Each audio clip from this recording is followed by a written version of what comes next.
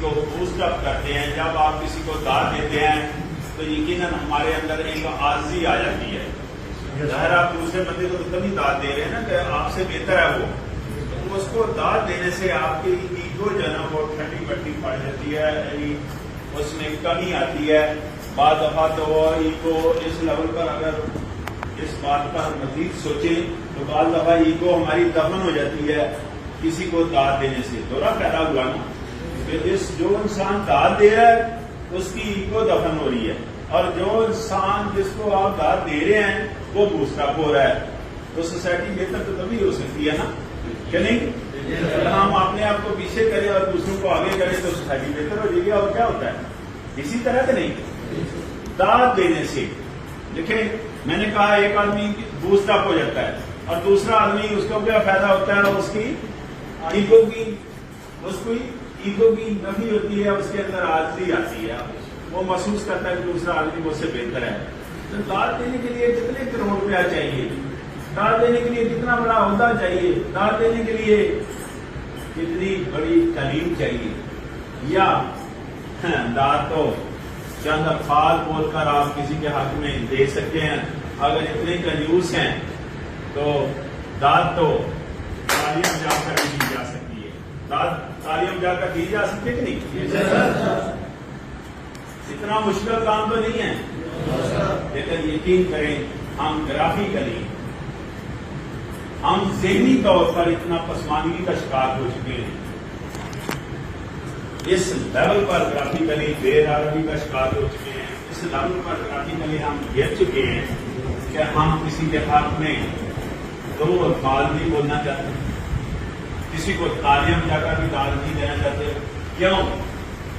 بابا ہمارا جسم اس بات کو قبول ہی نہیں کر رہا، ہمارا ذہن اس بات کو قبول نہیں کر رہا کہ دوسرے انسان نے کوئی اچھا کام کیا ہے، دوسرے انسان نے کوئی اچھی بات کی ہے تو اس کو داد دیں.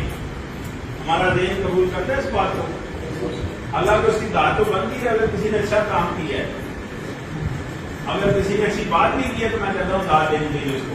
لیکن ہم یہ کام نہیں کر پا رہے. کیوں؟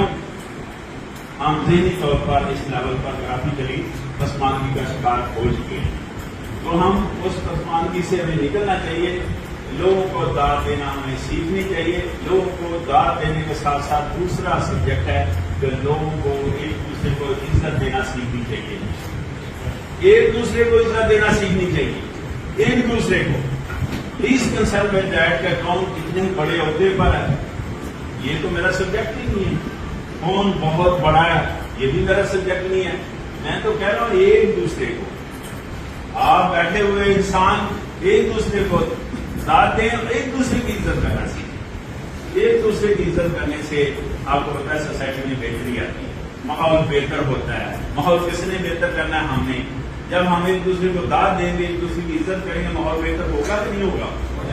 تو ماحول کو بہتر کرنے کے لیے ایک دوسرے کی عزت کرنا ہمیں سیکھنی چاہیے. اور تیسرا ٹاپک اس پر کنسرن ہے کہ جناب تنقید کرنا ہمیں بند کر دینی چاہیے.